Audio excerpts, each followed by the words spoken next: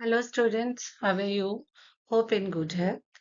तो आज हम बात करेंगे 11th क्लास सबके केमिस्ट्री का chapter number 1, some basic concept of chemistry. We will complete this chapter in one shot. So let's start it without wasting a single moment. So, firstly, what is the importance of chemistry? Importance क्या है chemistry का? हमें ये तो पता ही है. Chemistry that is also a branch of science. जैसे physics है, biology है, वैसे ही chemistry है. तो अब chemistry क्या बताता है आपको? Chemistry आपको ये बताता है कि composition, properties और interaction of matter.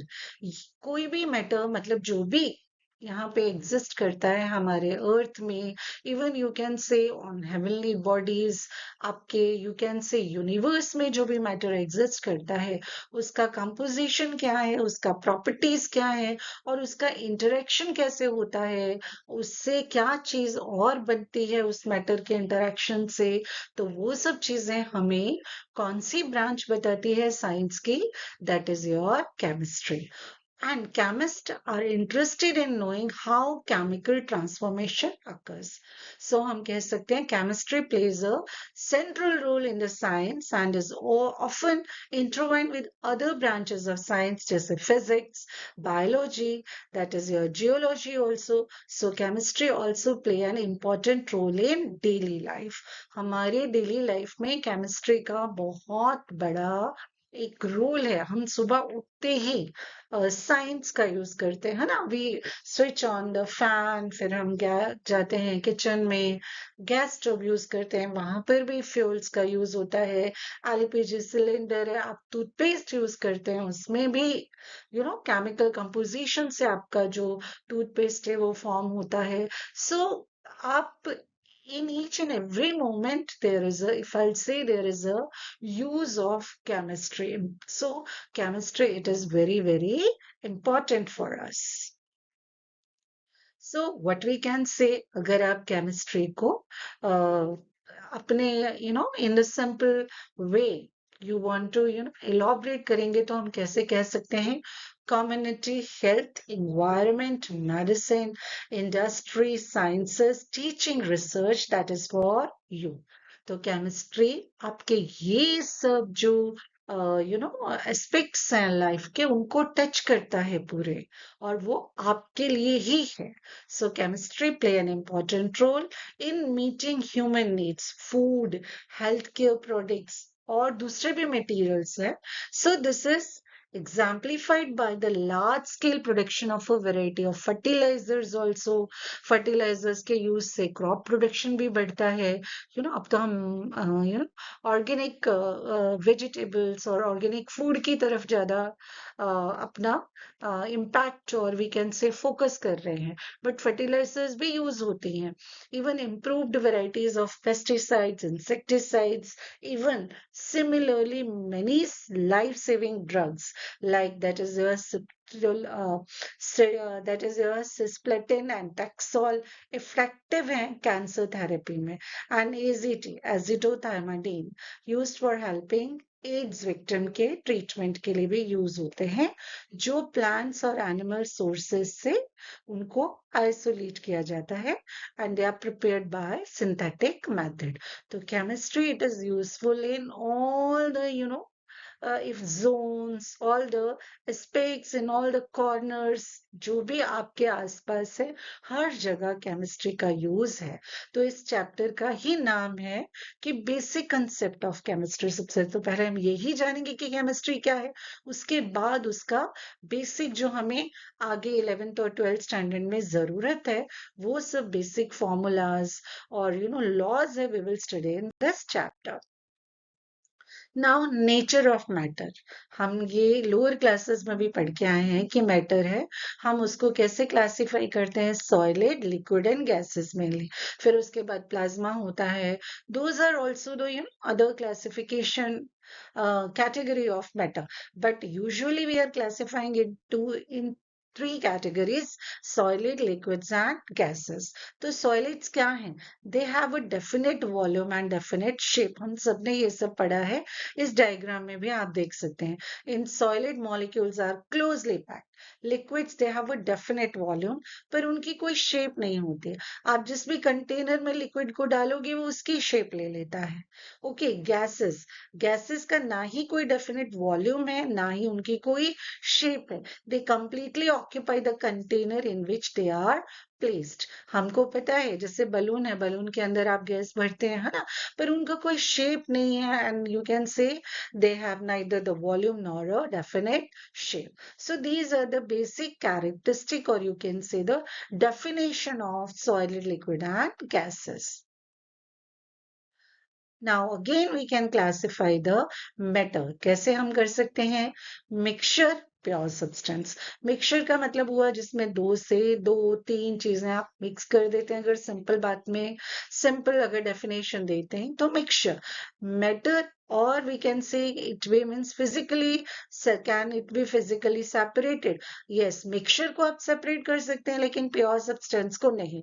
जैसे प्योर सब्सटेंस में आप बात कर सकते हैं एलिमेंट्स की, है ना, element of copper, element of gold, element of silver, element of, other, you can say that those are the metals, and you can say non-metals हैं, उनकी भी हम बात कर सकते हैं ना. गैसेस है, हाइड्रोजन हुआ एलिमेंट, उसका फिर हम बात कर सकते हैं oxygen, argon, many more, bromine, chlorine, और इस तरफ आप बात कर सकते हो palladium, platinum. These all are, अगर हम उनकी बात करेंगे तो प्योर सब्सटेंस में हम उन एलिमेंट्स को कंसिडर कर सकते हैं. ठीक है, अब बात करते हैं compound.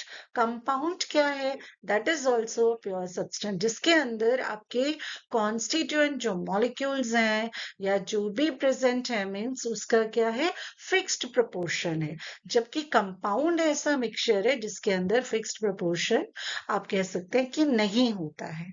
Okay, and mixture, you can say mixture ऐसा, you can say it is a part. Compound भी है, सब्सटेंसेस को मिक्स करके बनता है, बट उसके अंदर लाइक वाटर अगर हम कहें ना, इट इज अ कंपाउंड, क्योंकि उसके अंदर hydrogen and oxygen they are present in, you can say, तो that is your fixed proportion 1:8 का. अगर आप उसके मास को और यू कैन मीन्स उसको कैलकुलेट करोगे, सिंप्लीफाई करोगे तो 1:8 हो जाएगा. तो कहीं पे भी अगर हम पानी देखेंगे तो ऑक्सीजन और हाइड्रोजन उसी प्रोपोर्शन में उसके अंदर प्रेजेंट है, और उसको आप सिंपली सेपरेट आउट नहीं कर सकते हो फिजिकल मेथड से. और मिक्सचर्स दो तरह के हैं. आप यहाँ पे यू कैन, कंपोजिशन उसमें यूनिफॉर्मिटी रहती है, होमोजेनस मिक्सचर एंड हिट्रोजेनस. उसका फिर और क्लासिफिकेशन है. हिट्रोजेनस में कोलाइड्स है, कोलाइड्स में आप मिल्क की बात कर सकते हैं. सस्पेंशंस है, आप जो आटा हम बनाते हैं, that is also an example of suspensions. ठीक है, so this is a basic classification of matter. Matter को हम इनमें इन सब, you can say that categories में उसको क्लासिफाई कर सकते हैं. नाउ दीज आर द, अब यहां से हमारे इस चैप्टर में फंडामेंटल यूनिट्स और लॉज हैं केमिस्ट्री के, जो बेसिक चीजें हैं वो स्टार्ट हो जाती हैं, जो हमें आगे बहुत सारे चैप्टर्स में 11th में भी, 12th में भी, और आगे भी हायर स्टडीज में भी इनका इलाबोरेट फॉर्म में यूज करना होगा. सबसे पहले तो इंटरनेशनल स्टैंडर्ड यूनिट्स की अगर हम बात करें, फंडामेंटल यूनिट्स है, ठीक है, length, mass, time, electric current, temperature, amount of substance, luminous intensity. अब यहाँ पे आप चेक करिए, इनकी स्टैंडर्ड इंटरनेशनल यूनिट्स ये है. लेंथ का मीटर, मास का kilogram, time second, electric current ampere, temperature kelvin, amount of substance mole, luminous intensity, that is your candela. And these are the symbols: small m for meter, kg, second, ampere A, Kelvin K, mole के लिए ml, mol, and candela के लिए C. So this is the basic one, two, means how many are there?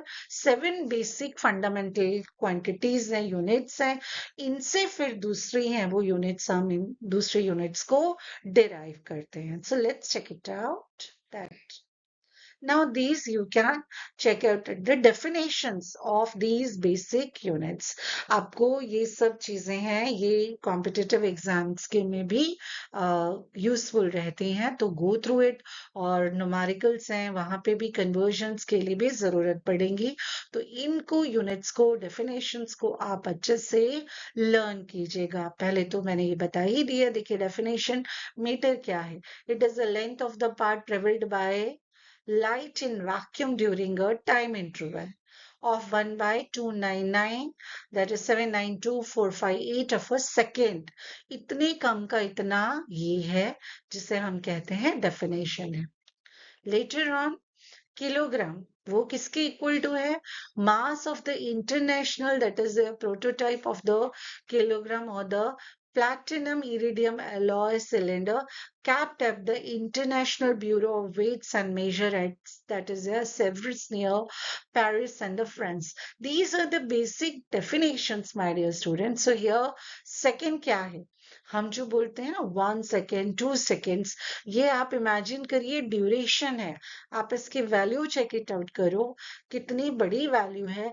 Periods of the radiation corresponding to the transition between the two hyperfine levels of the ground state of the cesium-133 atom. 1967 में इसकी discovery हुई थी. आप you can imagine 1 second का उसमें कितने numbers होते हैं, कितनी बड़ी वैल्यू आ रही है, और उसका डिस्कवरी कैसे हुआ था. एम्पियर. Ampere क्या है? It is the constant current which, if maintained in two straight parallel conductors of infinite length of negligible circular cross section placed 1 meter apart in vacuum, would produce between these conductors a force. तो ये सारी definitions आपको go through करने की जरूरत है बेटा, so that हमें पता होना चाहिए जो हम पढ़ रहे हैं वो किसने डिस्कवर किया, and that is equals to how much उसका वैल्यू है. आप यहाँ देख सकते हैं कैल्विन क्या है? फ्रैक्शन है 1/273.16 of the thermodynamic temperature of the triple point of water. Mole क्या है? Mole, it is the amount of substance of a system which contains, कितनी उसके अंदर, मेनी एलिमेंटरी एंटाइटीज हैं, as there are atoms in 0.012 kilogram of carbon 12, और इसकी discovery हुई थी 1971 में. एंड कैंडेला, वो कैंडेला क्या है? It is the luminous intensity in a given direction of a source, जो मोनोक्रोमेटिक रेडिएशन, जैसे हम व्हाइट लाइट की बात करते हैं ना, उसके अंदर बहुत सारे कलर्स आपको मिलते हैं, तो लेकिन मोनोक्रोमेटिक एक ही मोनोक्रोमेटिक रेडिएशन ऑफ फ्रीक्वेंसी जिसकी 540 multiply by 10 to the power 12 hertz है, and that is a radiation intensity in that direction of 1/683 watts per statadian. हमें ये पता होना चाहिए बहुत डिटेल में. जब आप आगे की हायर क्लासेस में फिजिक्स पढ़ोगे तब इनके बारे में डिटेल और आपको स्टडी करने की जरूरत पड़ेगी. Now we need a knowledge only. These are the prefixes. ये भी हमें जरूरी है. कैलकुलेशंस में, न्यूमेरिकल्स में बहुत जरूरत पड़ती है. 10 to the power 1 deca, 2 hecto, 3 kilo, 6 mega, 10 to the power 9 giga, then tera, penta, exa, zetta and जोटा.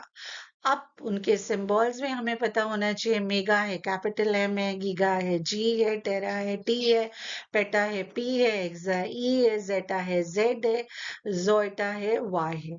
मल्टीप्लायर अगर -1 है ना, -1 है डेसी है, -2 है सेंटी है, -3 मिली है, 10 टू पावर -6 माइक्रो है, 9 है नैनो है, ये 12 9 6 ये हम मैक्सिमम यूज करते हैं, मिली सेंटी. ये pico also, and that is a femto, atto, -21 है, zapto है, -24 है, yocto है.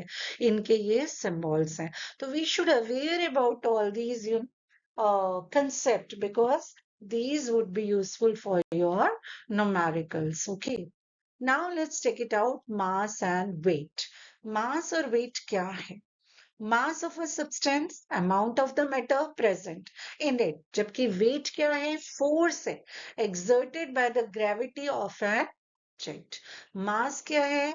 कितना अमाउंट प्रेजेंट है मैटर में वो प्रेजेंट है, जबकि वेट क्या है, वो फोर्स एक्सर्ट करता है ना by the gravity on an object. Mass of a substance हमेशा constant रहता है, जबकि जो weight है may vary from one place to another due to change in gravity. तो जो आपका weight है वो vary करेगा, यहाँ पर vary करेगा, यहाँ पे differ करेगा, even poles पे और equator पे भी differ करेगा. अगर आप यहाँ पे आपका weight कुछ और है, जैसे हमें पता है, तो ऊपर अगर जाएंगे ना मून पे तो 1/6 हो जाएगा, क्योंकि weight है वो आपका constant नहीं होता है. And the mass of a substance can be determined very accurately in the laboratory by using a analytical balance. इससे हम लैब में मास है सब्सटेंसेस का यूज कर सकते हैं. ये आप देखना, ये लैब में भी प्रेजेंट रहता है, और ये ज्वेलर्स हैं उनके पास भी आपने ये देखा होगा. एक्यूरेसी इससे बहुत इजीली आ जाती है. The standard international unit of mass, it is kilogram, it's fraction gram, that is 1000 gram, 1 kg is equals to, used in laboratories due to the smaller amount of chemicals used in the chemical reaction. What is volume? Volume क्या है? Volume, it is a measure of a space taken up by a solid substance. आप यहाँ पे देख सकते हैं ये volume measuring के डिवाइसेस हैं. 12th स्टैंडर्ड वालों ने तो ये सब चीजें देखी हैं. 11th स्टैंडर्ड के लिए ये थोड़ा सा नया रहेगा जब तक वो लैब में नहीं जाएंगे. लैब में they can see all these things जो आप टाइट्रेशन के लिए यूज करोगे. Burette, pipette, graduated cylinder, volumetric flask, ये सारे आप वॉल्यूम मेजर करने के लिए हैं डिवाइसेज हैं जो ग्लास से बने होते हैं, वो आप यूज करते हैं. अ कॉमन यूनिट लीटर जो हम यूज करते हैं, which is not an standard international unit, it is used for the measurement of volume of liquids. 1 liter 1000 ml and 1000 cubic centimeter, that is equals to 1 tm, 1 decimeter cube. Okay, in the laboratory, volume of the liquids or solutions can be measured by a graduated cylinder, pipette, burette, etc. A volumetric flask is used to prepare a known volume of solution, and these devices are shown here. आप देखिए cube के अंदर से भी easily आप इस फॉर्मूले को you can derive it. Here you can check it out. 1 liter is equals to 1 decimeter cube, that is equals to 1000 centimeter cube. तो इससे हम easily, अगर एक क्यूब है तो 1 सेंटीमीटर का यहाँ पर है एक इसमें बॉक्स, तो इजीली हम इससे इसको डिराइव कर सकते हैं. और inter conversion of the units. Density क्या है?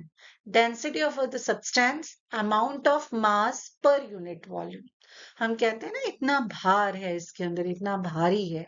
आप देखिए पानी है ना, अगर आप पानी के अंदर बर्फ को डाल देते हैं तो बर्फ क्या करेगी, वो फ्लोट करेगी, वो सिंक नहीं करेगी. Is it clear? जबकि आयरन है, आयरन रॉड है, वो सिंक हो जाएगा क्योंकि उसकी density as compare to water it is quite high. तो फॉर्मूला क्या है? Standard unit of mass divided by standard unit of volume, kg upon that is meter cube. This unit is quite large and a chemist often expresses density in gram, that is your per centimeter cube. Mass is expressed in gram, volume is expressed in centimeter cube. तो ये इसकी क्या है students? Unit है. So here temperature means the degree of hotness and है ना, that is coolness. 3 common scales हैं temperature को मेजर करने के लिए. Degree Celsius, Fahrenheit, that is your degree Fahrenheit, and Kelvin. K it is the standard international unit है. Thermometer based इन्हीं scales के ऊपर बेस्ड होता है. Generally the thermometer with Celsius scales are calibrated from 0 degree to 100 degree Celsius. Where these two temperatures are the, you can say, the freezing point and the boiling point of the water respectively. You can check it out. Fahrenheit scale है वो 32 degree to 212 degree के बीच में होता है. जो हमारा body temperature है ना, उसमें हम Fahrenheit स्केल पे भी we can check it out. हम उसको देख सकते हैं, डिग्री में भी है और Fahrenheit स्केल उसके अंदर इजीली आप चेकआउट कर सकते हैं. जैसे यहाँ पे आप देख सकते हैं in this diagram Fahrenheit scale, here 0 degree है ना, तो that is your freezing boiling point of water 32 degree Fahrenheit. और यहाँ पे ह्यूमन बॉडी टेम्परेचर अगर हम बात करें तो वो हमारा हो जाता है 37 डिग्री सेल्सियस। और अगर आप इसमें फ़ारेनहाइट में देख रहे हैं तो 98.6 डिग्री। और अगर आप वाटर का बॉइलिंग पॉइंट देखेंगे तो 100 डिग्री सेल्सियस है। अगर आप उसका फ़ारेनहाइट में देखेंगे तो 212 डिग्री फ़ारेनहाइट है। और यहाँ पे केल्विन में स्केल है 273.15 kelvin, that is equals to 0 degree. तो इस तरह से हम students we can check it out. और ये जो फॉर्मूला है यहाँ पे degree Fahrenheit that is equals to 9/5 into bracket degree Celsius plus 32, ये कन्वर्ट करने के लिए है। और Kelvin scale is related to Celsius scale, वो इस फॉर्मूले की हेल्प से है। K is equals to degree Celsius plus 273.15। तो ये दोनों फॉर्मूलेस काफी इंपॉर्टेंट हैं आपके लिए, इनको अच्छे से गो थ्रू कीजिएगा सो दैट आप आसानी से एग्जाम के लिए अगर कोई भी आपका कन्वर्जन आए तो आप कर सकते हैं न्यूमेरिकल्स में। आई सपोज छोटी क्लासेस में भी किया होगा बट अभी ये ज्यादा आपके लिए इम्पोर्टेंट है। Hopefully this is clear to you. Uncertainty in measurement, अब ये एक नया कंसेप्ट आपका यहाँ से स्टार्ट हो रहा है। मेजरमेंट्स है ना, जैसे हम एक्यूरेसी हर जगह तो नहीं पॉसिबल होती है ना, बहुत बड़ी बड़ी कैलकुलेशंस होती हैं वहां पे। और प्रैक्टिकल्स में जब आप कैलकुलेशंस करोगे, प्रैक्टिकल्स करोगे, तब वहां पर इस कंसेप्ट की जरूरत आपको पड़ने वाली है।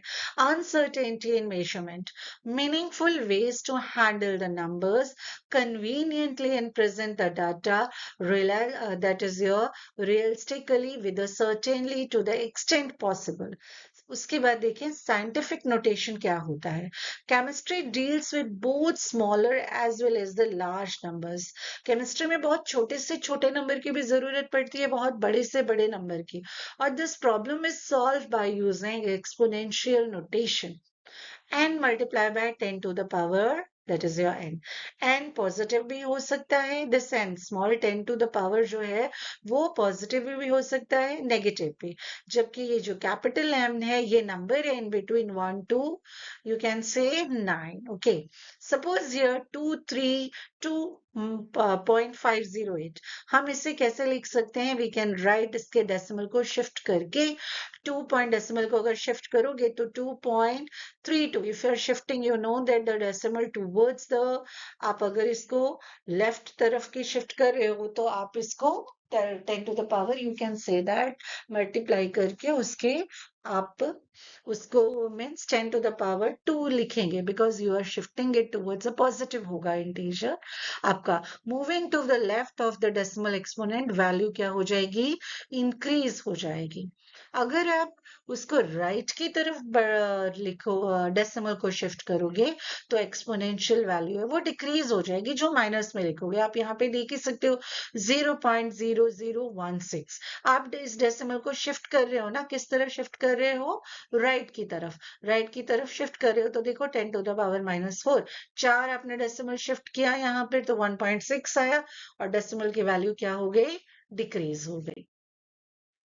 Now here mathematical operations, multiplication and division, ये scientific notation, ये सब चीजें आपको न्यूमेरिकल्स हैं उसमें कैलकुलेट करने के लिए बहुत जरूरत पड़ेगी इनकी।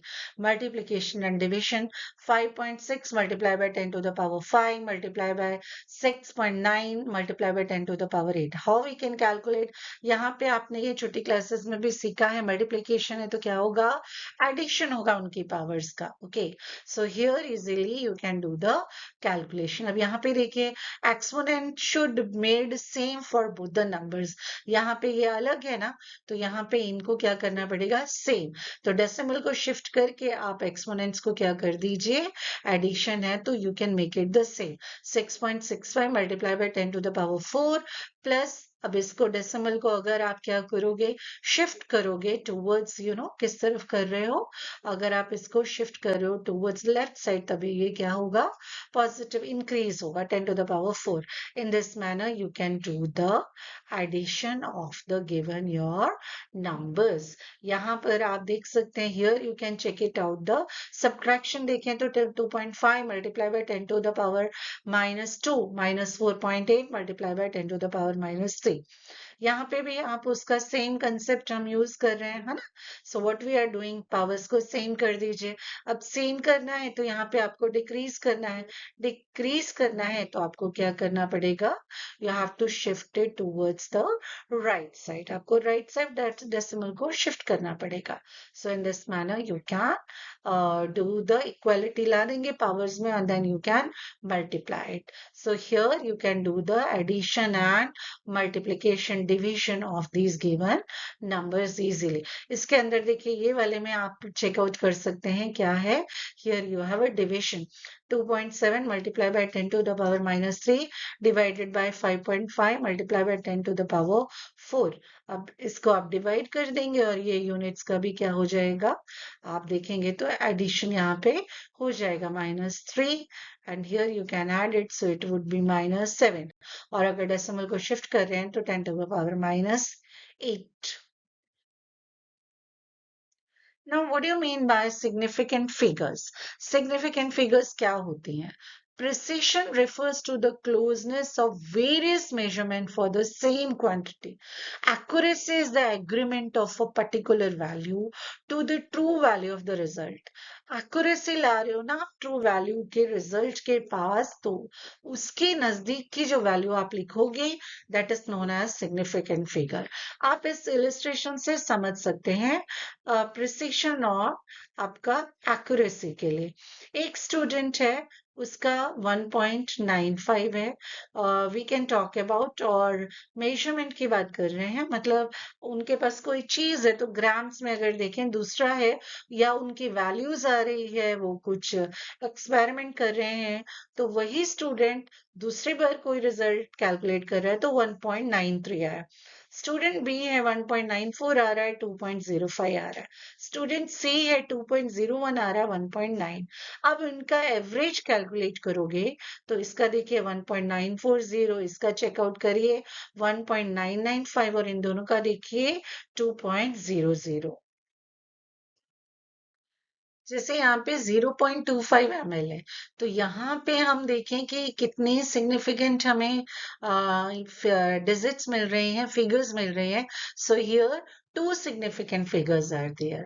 So जो भी नॉन जीरो आपकी डिजिट्स है वो सिग्निफिकेंट फिगर्स है.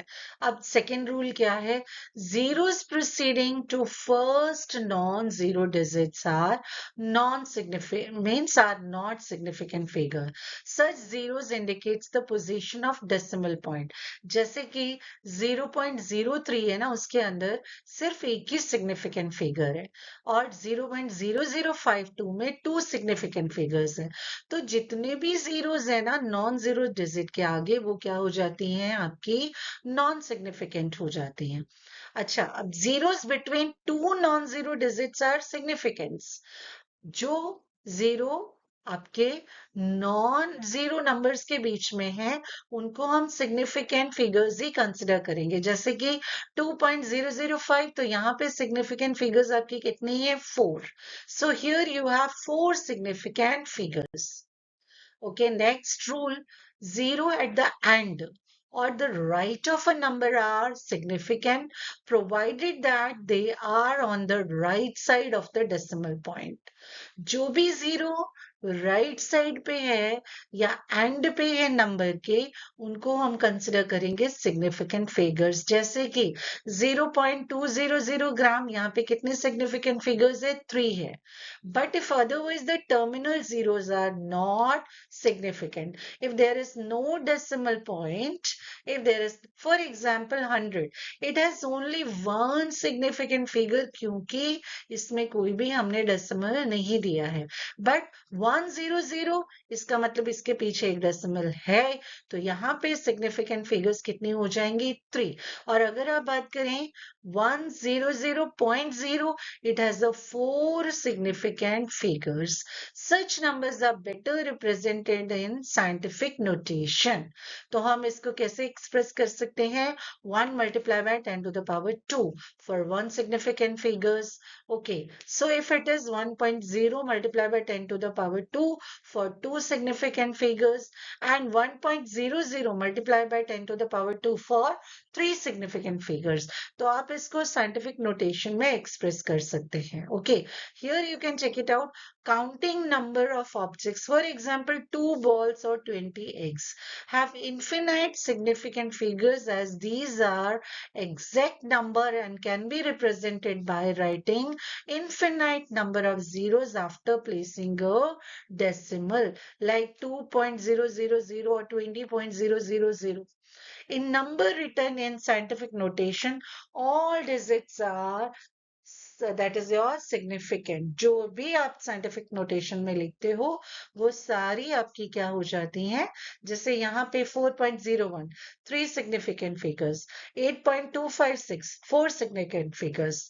तो scientific notation में आप जो भी लिखते हो तो वहां पे आपको सारी significant figures he you can get it. Now rounding of the rules. Okay, digits को round कैसे करना है आपके numbers को? Suppose if the rightmost digit to be removed it is more than 5, the preceding number is increased by 1. Suppose 1.386 6 है ना, ज्यादा है 5 से, तो 6 को remove कर सकते हैं हम, and what we can write 8 के बाद what we can write here 9. Okay, if the rightmost digit to be removed it is less than 5 है तो preceding number लिखा जाएगा. जैसे कि यहाँ पे 4.334 है तो ये 4 को रिमूव करके हम प्रीसीडिंग नंबर क्या लिखेंगे? 3 लिखेंगे. If the rightmost digit to be removed it is 5, then the preceding number is not changed. If it is even number, but it is increased by 1. If it is odd, if it is increased by 1 if it is an odd number. So these are the rules which we are supposed to follow. अब आप यहाँ पे check out कर सकते हैं. 6.35 is to be round by removing 5. So we have to increase 3 to the 4 and giving that is क्या हो जाएगा? 6.4. Okay, अगर 6.25 है तो is to be round off, इसको 5 है ना तो यहाँ पे आप आगे का डिजिट नहीं लिखेंगे और इसको आप राउंड ऑफ कर दोगे 6.2 और आप नेक्स्ट डिजिट को रिमूव कर दोगे. Very simple. अगर 5 से ज्यादा है 5 है 5 से ज्यादा है तो आगे की प्रीसीडिंग नंबर लेना है. अगर 5 से कम है तो छोटा वाला आपको उसके लिए डिजिट को यूज करना है. It is clear. So hope the rules are clear to you. Dimensional analysis. Often while calculating, there is a need to convert units from one system to another.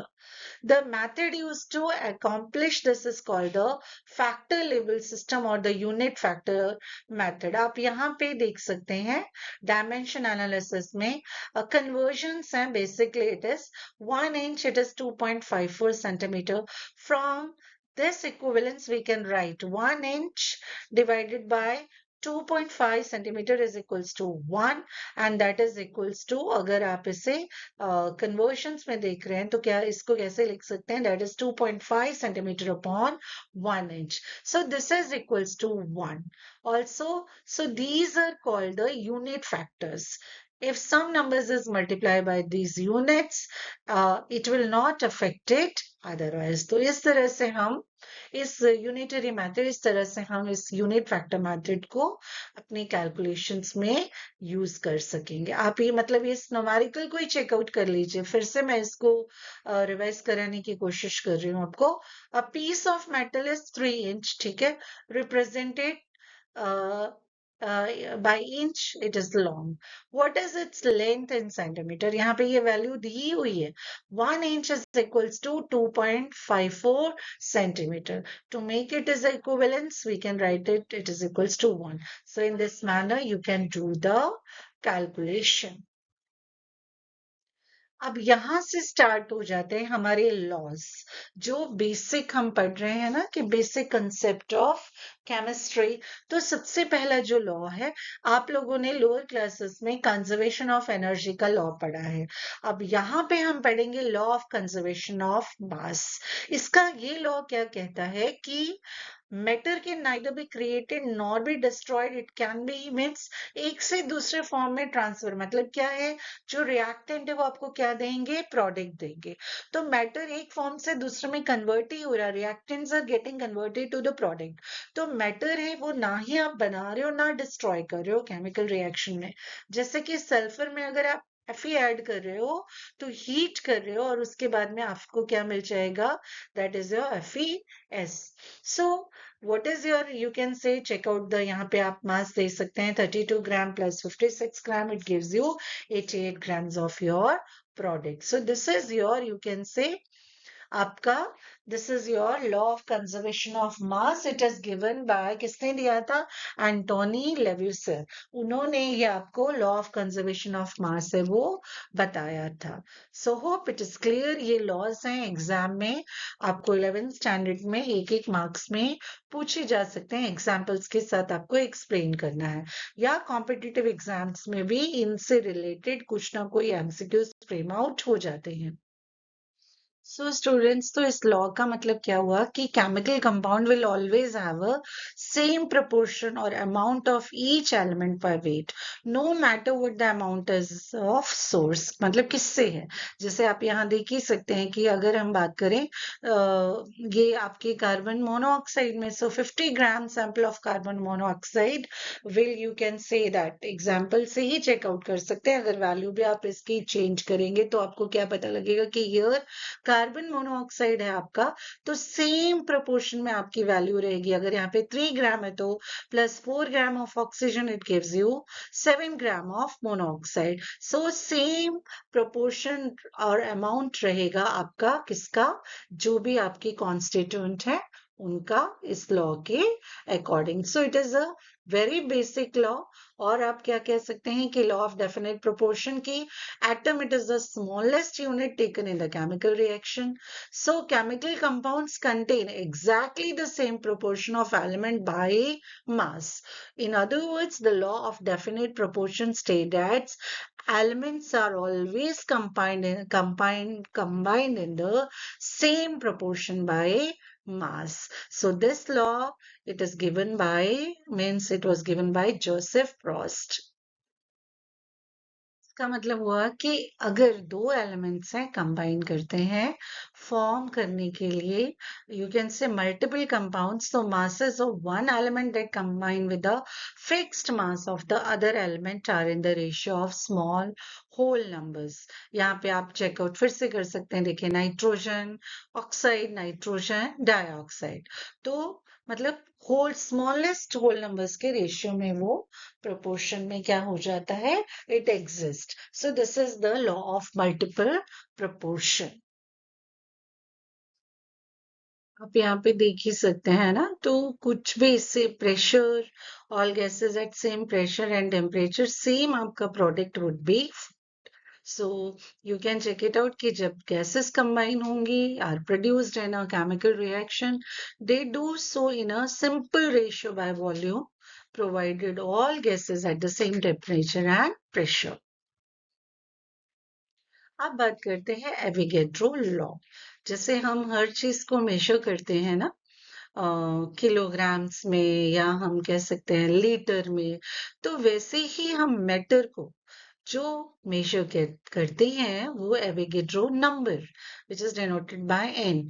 तो ये जो दिया था ना, ये किसने, किन्होंने बताया था, Avogadro, that is your Lorenzo Romano Amedeo Carlo Avogadro di Quaregna e di Cerreto in 1776, in between 1856 उनका ये लाइफ स्पैन था। तो वो उनका लॉ क्या बताता है कि कुल volume of gases contain equal number of molecules at standard temperature and pressure. आप यहाँ पे देखिए 2 mole of H2 plus 1 mole of O2, तो यहाँ पे हमें क्या मिलने वाला है, 2 mole of water would be present. मतलब इक्वल वॉल्यूम होगा गैसेस का, contain equal number of molecules होंगे स्टैंडर्ड टेम्परेचर एंड प्रेशर पे। ये इस किसने बताया? ये बताया है एवोगैड्रो, साइंटिस्ट है, उन्होंने बताया है। और इसी लॉ को कहा जाता है एवोगैड्रो लॉ। ये थोड़ा सा आप लोगों को अभी ऐसा लगता होगा कि इन चीजों का क्या मतलब है, बट जैसे जैसे आप केमिस्ट्री को पढ़ते जाओगे आपको चीजें आसान लगती जाएंगी। यहाँ पे आप चेकआउट कर सकते हैं कि 2 मोल आप क्या ले रहे हो, H2 ले रहे हो, और 1 मोल किसका ले रहे हो, O2 का ले रहे हो।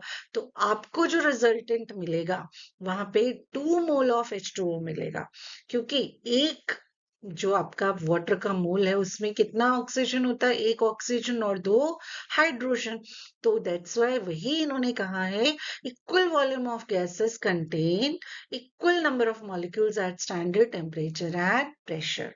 तो जिस वे में कॉम्बिनेशन होगा उसी वे में उनकी क्या होगी, एग्जिस्टेंस आपके पास आएगी। अब बात करते हैं डाल्टन्स एटॉमिक थ्योरी। डाल्टन इन्होंने एटॉमिक थ्योरी, एटम के बारे में क्या बताया उन्होंने, जो बेसिक, ये शायद आपने 9th में भी थोड़ा बहुत पढ़ा है। Matter consist of a indivisible atom. Matter किससे बना हुआ है डाल्टन के अकॉर्डिंग? उन्होंने कहा इनडिविजिबल एटम। अब तो हम बात करते ही हैं कि एटम के अंदर neutrons, electrons, protons are present. पर डाल्टन के टाइम जो उन्होंने ये थ्योरी दी, उन्होंने बताया कि मैटर इनडिविजिबल एटम से बना हुआ है। All the atoms of a given element have identical properties, including identical mass. Atom of different elements differ in mass. Simple. जैसे atoms आयरन का डिफर होगा गोल्ड से, गोल्ड का डिफर होगा प्लैटिनम से, सिल्वर से, सल्फर से, हाइड्रोजन से। लेकिन हाइड्रोजन एलिमेंट के जो एटम्स हैं वो एक जैसे होंगे। सिल्वर जो एलिमेंट के एटम्स हैं वो उसके अंदर के एक जैसे होंगे, पर डिफर क्या करेंगे, एक दूसरे से डिफर करेंगे। And compounds क्या हैं? Formed when two atoms of different elements combine in a fixed ratio, like water compound, NaC also, that is fixed ratio में है। Chemical reaction involve reorganization of atoms. These are neither created nor destroyed in a chemical reaction. जो आपने पढ़ा था conservation of mass का, कि reorganisation हो रहा है एटम्स का। ना ही एटम बन रहे हैं, ना ही क्रिएट हो रहे हैं, ना ही डिस्ट्रॉय हो रहे हैं। It is clear? So this is your Dalton's atomic theory. ये 2 मार्क्स में या कभी 3 मार्क्स में एग्जाम में क्वेश्चन आपसे पूछा जाता है। अब बात करते हैं एटॉमिक मास क्या होता है। जो भी हमारे पास एलिमेंट्स है ना स्टूडेंट्स, एलिमेंट्स अभी तक 118 एलिमेंट्स हैं पीरियोडिक टेबल में, जो आप अभी आगे के चैप्टर्स में पढ़ोगे। तो हर एक एलिमेंट का आपने 9th स्टैंडर्ड में भी पढ़ा है, उसका एटॉमिक नंबर होता है और एटॉमिक मास होता है। तो what do you mean bye atomic mass?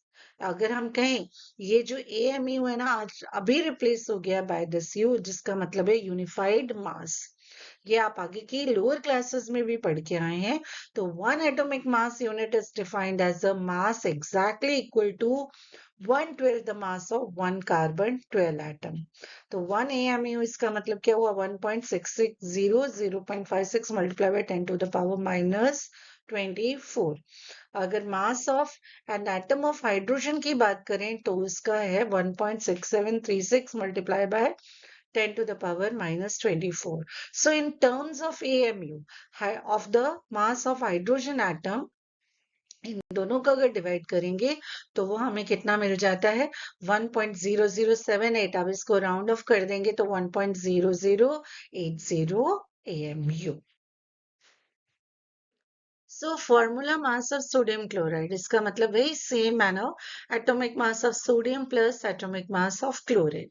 तो जो भी कंपाउंड है, कंपाउंड आयोनिक कंपाउंड्स है, उनका हम मॉलिक्यूलर मास नहीं कहते हैं, हम कहते हैं फॉर्मूला यूनिट मास। KCl की बात करें उसका भी आप, तो same manner, addition of your atomic mass only, but it is known as formula unit mass. Now let's talk about mole concept. Mole concept क्या है? मैटर को मेजर करने के लिए हम मोल कंसेप्ट का यूज करते हैं। 1 mole, it is the amount of a substance.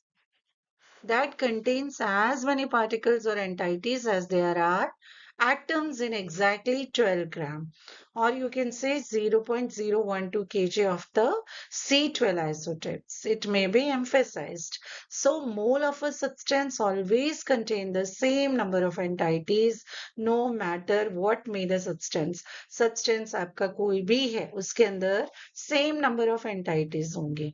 In order to determine this number precisely, the mass of a carbon 12 atom was determined by the mass by a spectrometer and found to be equal to 1.992648 multiplied by 10 to the power minus 23 gram, knowing that 1 mole of carbon weighs 12 gram.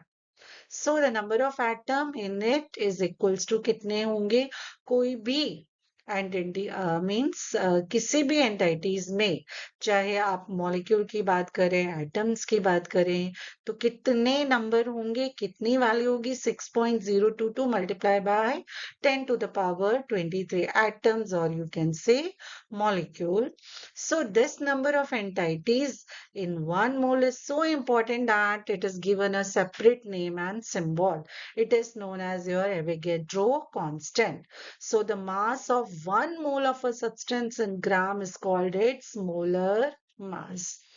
एक मोल के जो substance grams में जो value होती है उसको हम क्या कहते हैं? Molar mass.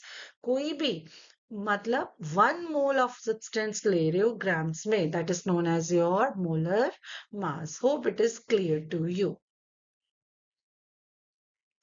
तो आप यहाँ चेकआउट कर सकते हो 1 mole of any species that is equals to 6.022 multiply by 10 to the power 23. Number of that species वो किसके बराबर हुई? मोलर मास किसके अंदर? ग्राम्स में. 1 मोल ऑफ अगर हाइड्रोजन बोलो, 1 मोल ऑफ ऑक्सीजन बोलो, या 1 मोल ऑफ कोई भी सब्सटेंस बोलो, तो उसके अंदर हम बात करेंगे species can be atom, molecule and ions, that is equals to कितना हो जाएगा? तो 1 मोल ऑफ कोई भी स्पीशीज उसकी वैल्यू इतनी होगी, और that is equals to a molar mass in grams. Hope it is clear. जैसे जैसे कैलकुलेशंस आएंगी और आपको ज्यादा क्लैरिटी आती जाएगी इन कंसेप्ट्स की. अब थोड़े से ये फॉर्मूलेज हैं, let's relate it. Mass percentage, mass of an element. Mass of an element in the compound multiplied by 100 divided by molar mass of the compound. Suppose यहाँ पे एक numerical भी दिया हुआ है. Let's take one example. Percentage of carbon, hydrogen, oxygen, ethanol. Ethanol का formula ये आपका ऑर्गेनिक कंपाउंड है C2H5OH, ये इथेनॉल इसका फॉर्मूला है. अब यहाँ पे देखिए 2 कार्बन है, 5 और 6 हाइड्रोजन और 1 ऑक्सीजन है. सबसे पहले तो उसका मोलर मास कैलकुलेट कर लेंगे. ठीक है, 2 अगर कार्बन है 2 मल्टीप्लाई बाय हाइड्रोजन 5 है तो यहाँ पे 6 सॉरी हाइड्रोजन है तो 6 मल्टीप्लाई बाय, और एडिशन उनका कर देना, 1 ऑक्सीजन है. It comes to 46.068. अब बात करते हैं मास परसेंटेज कैलकुलेट करने की. 1 by 1 कार्बन, सबसे पहले कार्बन का लेते हैं, उसके बाद यहाँ पे एक कार्बन का अगर आप मास एटॉमिक मास की बात करेंगे 12, तो 2 कार्बन है तो कितना हुआ? That we can say it कितना हुआ? 24.02, and divided by the total molar mass of ethanol multiplied by 100 comes to 52.14. Mass percentage of hydrogens, 6 hydrogen है, divided by molar mass multiplied by 100 comes to 13.13. Oxygen एक ही है तो उसका जो atomic mass है वो 16 है, divided by 46.068 gram multiplied by 100 comes to 30.473%. अब ये बहुत इंपॉर्टेंट टॉपिक है, empirical formula for your molecular formula. तो ये बहुत इस चैप्टर का इंपॉर्टेंट है, जो 3 मार्कर का भी क्वेश्चन आता है और 4-5 मार्क्स में भी आपसे पूछा जाता है. So let's check it out. What do you mean by empirical formula और फॉर मॉलिक्यूलर फॉर्मूला? सपोज आप These are the steps. ये टेक्स्ट बुक का ही डायरेक्ट क्वेश्चन है, आपके एनसीईआरटी की टेक्स्ट बुक में दिया है. तो एम्पेरिकल फॉर्मूला आपको कैसे फाइंड आउट करना है? सबसे पहले तो आप क्वेश्चन को अच्छे से रीड आउट कीजिए। जैसे compound contain 4.07% hydrogen, 24.27 carbon, 71.65 chlorine, और उसका मोलर मास कितना है 98.96। What are its empirical and the molecular formula? सबसे पहले mass percent, conversion of mass percent to grams में कन्वर्शन करना है। यहाँ पे टोटल मोलर मास आपको कितना दिया हुआ है 98.96। ओके, सिंस हम 100% मानते हैं, it convenient to use 100 gram of the compound, और स्टार्टिंग मटेरियल हम 100 ग्राम सैंपल का मानते हैं। उसमें से 4% आपका हाइड्रोजन है, 24.27% कार्बन है, और 71.65% क्लोरीन है। तो इन सबका एडिशन टोटल हमारा 100 हम मानते हैं कि 100% है या 100 ग्राम्स है। अब convert into number moles of each element. Divide the mass obtained above by respective atomic masses of various element. जैसे कि हाइड्रोजन के अगर मोल्स कैलकुलेट करने हो तो हमें so here moles of hydrogen 4.07 gram divided by हमें पता है कि atomic mass हमारा हाइड्रोजन का कितना है 1.008 ग्राम, it comes to 4.04 moles आ जाते हैं। moles of carbon की बात करें तो यहाँ पे we are familiar with this, given कितना है 24.27 ग्राम।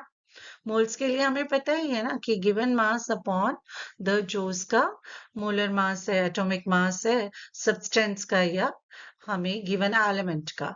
तो इसका कितना है कार्बन का 12, तो डिवाइड करेंगे तो मोल्स कितने आ गए 2.021।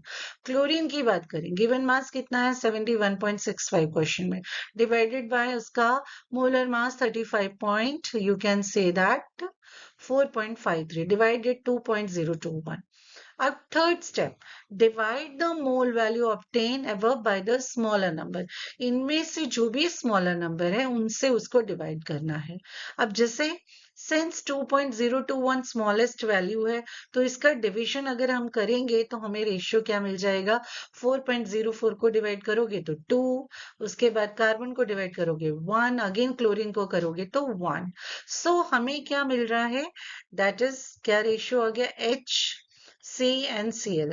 यहाँ पे हाइड्रोजन 2 है, कार्बन 1 है और क्लोरीन भी 1 है। So in the case the ratios are not the whole numbers, then they may be converted into a whole number by multiplying by the suitable coefficient. अब बात करते हैं write empirical formula by mentioning the numbers after writing the symbols। जैसे यहाँ पे carbon 1 है, hydrogen 2 है, chlorine Cl है। तो ये इसका क्या हो गया student, this is the simplest जो फॉर्मूला है वैल्यूज के साथ, that is the empirical formula. अब बात करते हैं molecular formula, determining the empirical formula mass at the atomic masses of the various atoms। जैसे यहाँ पे CH2Cl है, empirical formula mass है, उन सबका क्या हमें एडिशन कर देना है, we are going to add the उसका मॉलिक्यूलर मास का हम एडिशन कर देंगे यहाँ पे, जैसे उनका जितना भी एटॉमिक मास है, this is you can 12 plus 2 hydrogen multiply by 1 chlorine 35.453, it comes to 49.48। so this is your, you can say that ये क्या है इसका हम कैलकुलेट कर लेते हैं मॉलिक्यूलर मास। अब divide molar mass by empirical formula mass, तो इनको डिवाइड करके molar mass it is given in the question, divided by the empirical formula mass, what it is your value, that is 2, it is denoted by n। so multiplying empirical formula by n obtained above to get the molecular formula। तो empirical formula CH2Cl और n की value कितनी आ रही है 2, इससे multiply कर देंगे तो हमें क्या मिल जाएगा, molecular formula C2H4Cl2। so this is the molecular formula for this given question। Student stoichiometry and stoichiometric calculations, देखिए स्टिक्योमेट्री का मतलब क्या है, आपके पास कोई भी केमिकल फॉर्मूला है केमिकल रिएक्शन में वो रिएक्टेंट प्रोडक्ट में कन्वर्ट होते हैं, उसके आगे आप जो भी वैल्यू यूज करते हैं न्यूमेरिकल नंबर, होल नंबर में, वो आपका क्या है, स्टिक्योमेट्री, कि कितने नंबर ऑफ एटम्स हैं, मॉलिक्यूल्स हैं आपके रिएक्टेंट और कितने आपके पास प्रोडक्ट में आ रहे हैं। सो सिंपल वे में आप कह सकते हो दैट इज अ स्टिक्योमेट्री। तो अब यहाँ पे आप जैसे एक इक्वेशन लिखिए, this is your methane plus 2O2 gives you CO2 and it gives you water. अब इस केमिकल रिएक्शन में 1 mole of CH4 gas react with 2 moles of O2। यहाँ पे देखिए, 1 mole इसका 2 mole के साथ रिएक्ट कर रहा है, 1 mole of CO2 and 2 moles of H2। तो ये जो नंबर्स हैं, this gives you a concept of stoichiometric, और इन्हीं को कहा जाता है स्टिक्योमेट्रिक कोफिशिएंट। अब इनकी जस्ट यहाँ पे calculation you can check it out. अगर आप कहें तो 1 मॉलिक्यूल भी कह सकते हैं मीथेन का, react with 2 molecules of O2 to give 1 molecule of CO2 and 2 molecules of water, and you can express in 22.7 liter, ये स्टैंडर्ड जो हम वैल्यू कहते हैं of methane gas, react with, here you can say of 45.4 liter of O2 gas to gives you 22.7, that is liter of CO2, and 45.4 liter of H2O gas. So here from these relationships you can, these means data can be interconverted. Mass can be converted into moles, moles can be converted into the number of molecules, or you can say that mass upon volume, that is equals to density. So here it has been explained with the help of the numerical values. तो simple है, स्टिक्योमेट्री क्या है, number of moles, number of molecules जो आपके reactant है, gives you a product. तो ये जो कोफिशिएंट है, इसी को हम जो ये नंबर लिखे हैं 2, this is this 2 water means 2 molecule of water, ये सब क्या है, आपके स्टिक्योमेट्रिक कोफिशिएंट। अब एक नया term, limiting reagent. Limiting reagent का मतलब क्या है, रिएक्टेंट है which is present in the lesser amount. ये रिएक्टेंट जो आपके रिएक्शन में प्रेजेंट है, कम अमाउंट में प्रेजेंट है, get consumed after some time, वो कंज्यूम हो जाता है, एंड आफ्टर दैट फिर आगे आपका रिएक्शन है फर्दर टेक्स प्लेस नहीं होगा, what ever be the amount of other reactant present. अगर आपके केमिकल रिएक्शन में 2 रिएक्टेंट है और एक रिएक्टेंट है वो कम अमाउंट में प्रेजेंट है, वो कंज्यूम हो जाता है थोड़े टाइम के बाद, फिर उसके बाद आपका फर्दर रिएक्शन स्टॉप हो जाता है, इवन दो दूसरा रिएक्टेंट आपके प्रेजेंट है पास में। तो उस जो यूज्ड हो गया है उसको आप क्या कहते हो, limiting reagent. It limits the amount of product form and therefore called the limiting reagent. वो आपके प्रोडक्ट फॉर्मेशन को लिमिट करता है, इसीलिए आप उसको क्या कहते हैं, limiting reagent. Now check out reactions and solution. तो concentration of a solution क्या है? Amount of substance present in its given volume can be expressed in any of the following ways.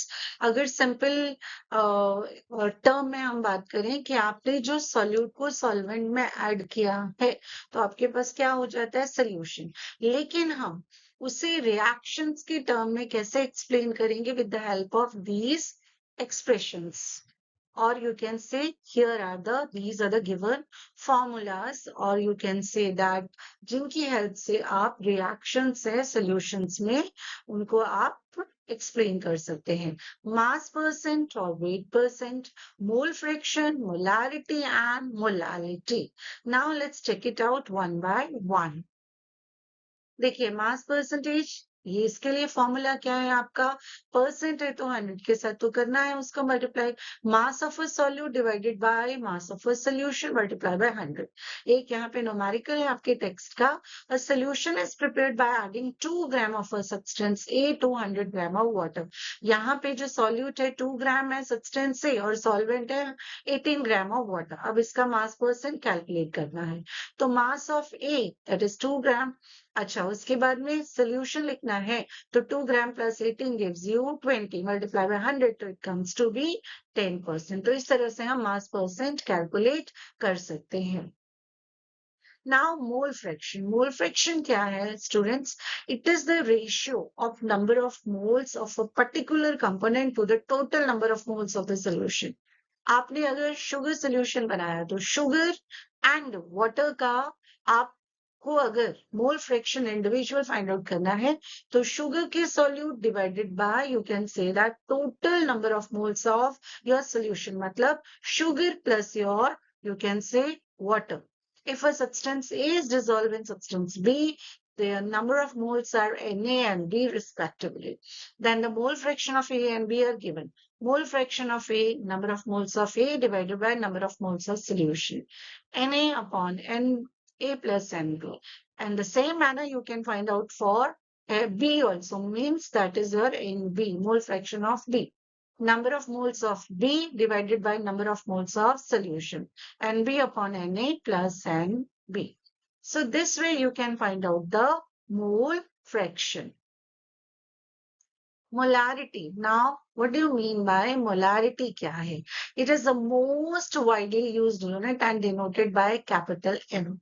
इसका मतलब ये क्या है? नंबर ऑफ मोल्स है solute का कितने में 1 लीटर के सोल्यूशन में कितना होता है तो फॉर्मूला क्या है capital M is equals to number of moles of solute divided by volume of solution in liter you can check out one numerical from your text calculate the molarity of NaOH in the solution prepared by dissolving 4 gram in of water to form 250 ml of solution. Now, molarity, capital M, number of moles of solute divided by volume of solution in liter. अब यहाँ पे moles calculate करने के लिए हमें क्या है formula mass of NaOH and the molar mass मतलब given mass upon your molar mass अब गिवन मास क्वेश्चन में आपका कितना है 4 ग्राम मोलर मास NaOH का कैलकुलेट करोगे Na plus 23 plus 16 plus 1 तो it comes to 40 divided by here convert it into the liter this is given 250 ml तो इसको लीटर में 0.250 litre So it comes to इसको कैलकुलेट करोगे तो 0.4 मोल पर litre so this is your molarity और molarity है ना स्टूडेंट्स वो डिपेंड्स करता है temperature because volume of a solution is temperature dependent जो वॉल्यूम है सोल्यूशन की वो टेम्परेचर डिपेंडेंट आपकी क्वांटिटी है Now let's talk about molality. पहले हमने molarity देखा अब बात करते हैं molality. It is defined as the number of moles of solute present in 1 kg of solvent. अब यहाँ पे आप solution की बात नहीं करते हो आप किसकी बात कर रहे हो solvent की बात कर रहे हो It is denoted by small m. So, number of moles of solute divided by mass of solvent in kg. Here you can check out one numerical density of 3 molar solution of NaCl is 1.25 gram. That is your mole per liter. Calculate the molality. Here it is given that is capital M. It is equals to 3 mole per liter and mass NaCl का means we have to just in 1 liter कितना होगा 3 multiply by NaCl का अगर molar mass देखोगे so you can check it out 58.7 तो 175.5 ग्राम now mass of 1 liter solution कितना हो जाएगा यहाँ पे 1000 multiplied by 1.25 it comes to 1250 gram since density it is given है ना फॉर्मूला हमें यूज करना है अब mass of water in solution कितना है वो आपको you have to subtract it यहाँ से आपको उसको कैलकुलेट करके उसको सब्ट्रैक्ट करना है यहाँ it is this value it is given mass of 1 liter solution here it is we have calculated 1250 minus the mass of NaCl क्योंकि हमें तो solvent का चाहिए उसको subtract कर देंगे तो 1074.5 अब molality number of moles of the solute वो कितना दिया है क्वेश्चन में दिया है 3 okay here the density of 3 that is your it is given in this question and the mass of solvent in kg that is 1.0745 kg so often in a chemistry laboratory solution of a desired concentration is prepared by diluting a solution of non-higher concentration. So the solution of higher concentration is also known as the stock solution. Note that molality of a solution does not change with temperature as it is you can say independent by the temperature. तो ये जो है temperature independent है। Again students you can check it out. Density यहाँ पे दिया है, density का फॉर्मूला हमें पता है, मास अपॉन वॉल्यूम होता है। तो उसके according you can put the values and we can calculate it. So it's all about this chapter. हमने इस चैप्टर को वन शॉट में कंप्लीट किया है। Hope things are clear to you. अगर आपको किसी टॉपिक में डाउट हो तो आप यू कैन मैसेज मी और यू कैन इन्फॉर्म मी, तो हम उस पर्टिकुलर टॉपिक के लिए एक separate we can prepare one hour video. So students, take care of your health and study well. Okay, bye. See you.